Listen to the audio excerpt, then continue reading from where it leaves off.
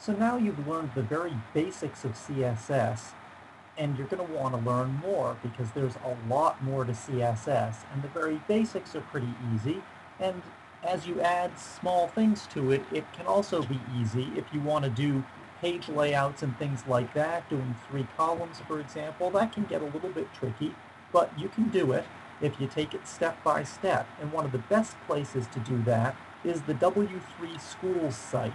If you go to www.w3schools.com/CSS, you'll get to their CSS tutorial. And you can use this in a couple of different ways. One way that you can use this is to click on the Start Learning CSS Now link, and that will take you through a tutorial, a step-by-step tutorial about CSS, and that's great, and you might want to do that step-by-step tutorial. But you've already got the basics, so you also might want to just look things up.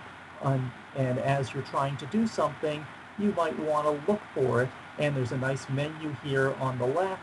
So there's some of the very basic stuff, which is mostly what we've covered in the previous section, in the previous videos.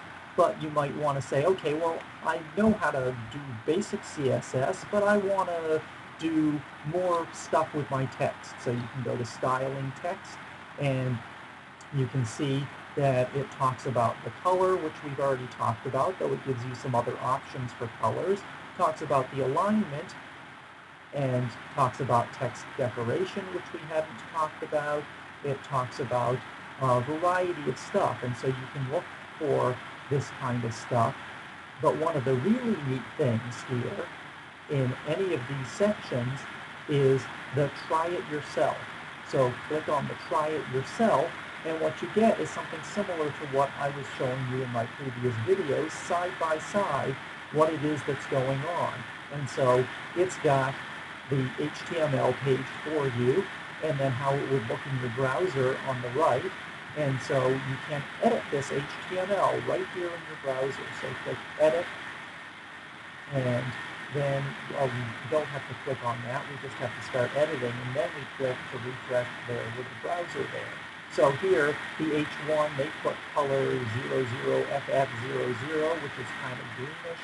So I might change that to another number, or I'll just make it orange, just to see. It's going to be kind of ugly, but that'll just demonstrate. You'll see where it says this is heading 1 will become orange.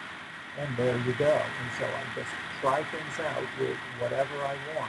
And so I might say, okay, so for their H1 they put this all on one line. I would put it on separate lines. I prefer separate lines, so I'm going to do that. I'm just going to adjust this, won't really change what you see, but then I can put in another item here. Maybe I will put text align center, even though the section wasn't talking about text align. I can do that anyway and click, and it does it. And so I strongly encourage you to use the try me stuff, and you'll start off trying what they're actually trying to teach you, but you can add whatever you like. So I again encourage you to go to w3schools.com/CSS, and then you can click on all kinds of things. You can look for padding if you wanted to change the padding. There's a variety of different options for how you do that.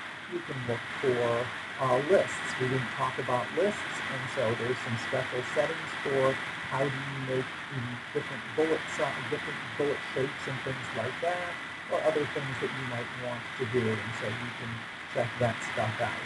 So w3schools.com/CSS, and you'll be able to look for anything that you want.